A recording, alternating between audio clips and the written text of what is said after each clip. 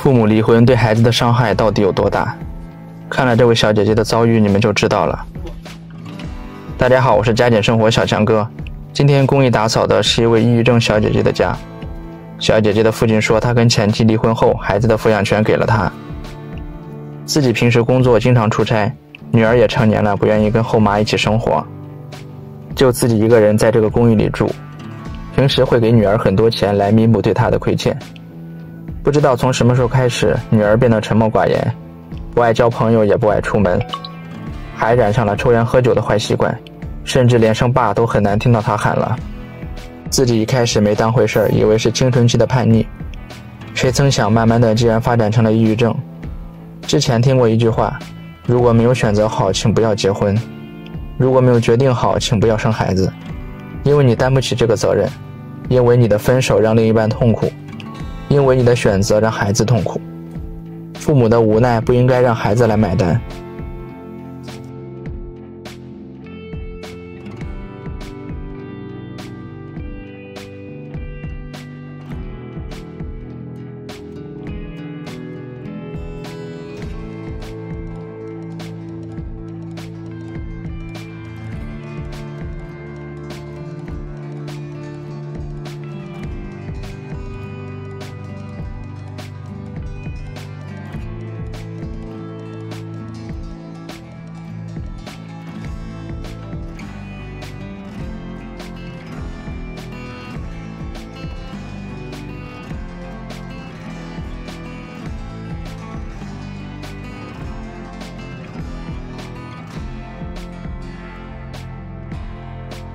看着电脑上播放的动画片，这可能是小姐姐唯一的心灵寄托了吧。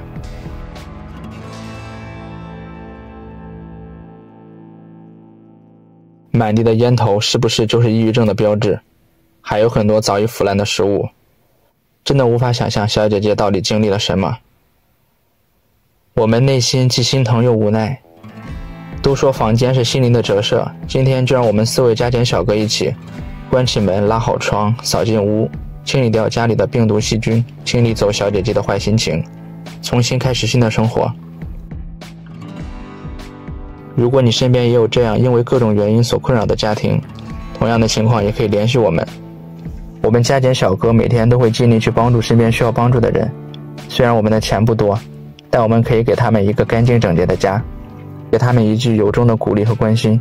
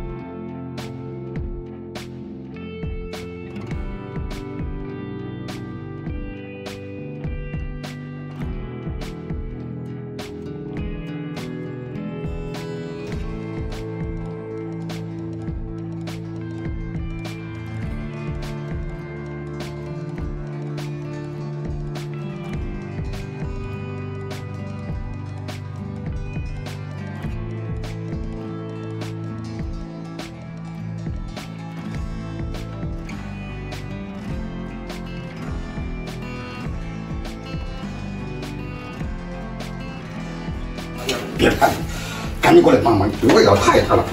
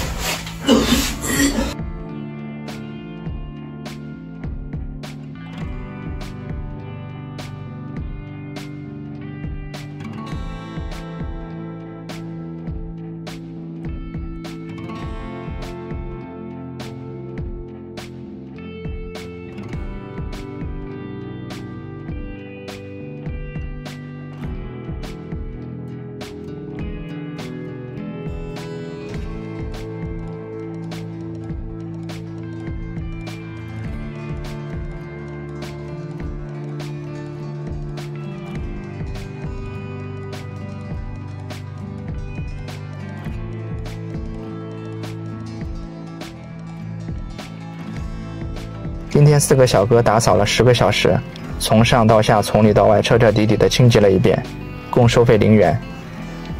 希望我们的努力能换来小姐姐一个好的心情。如果你喜欢我们视频的话，记得点个关注哦。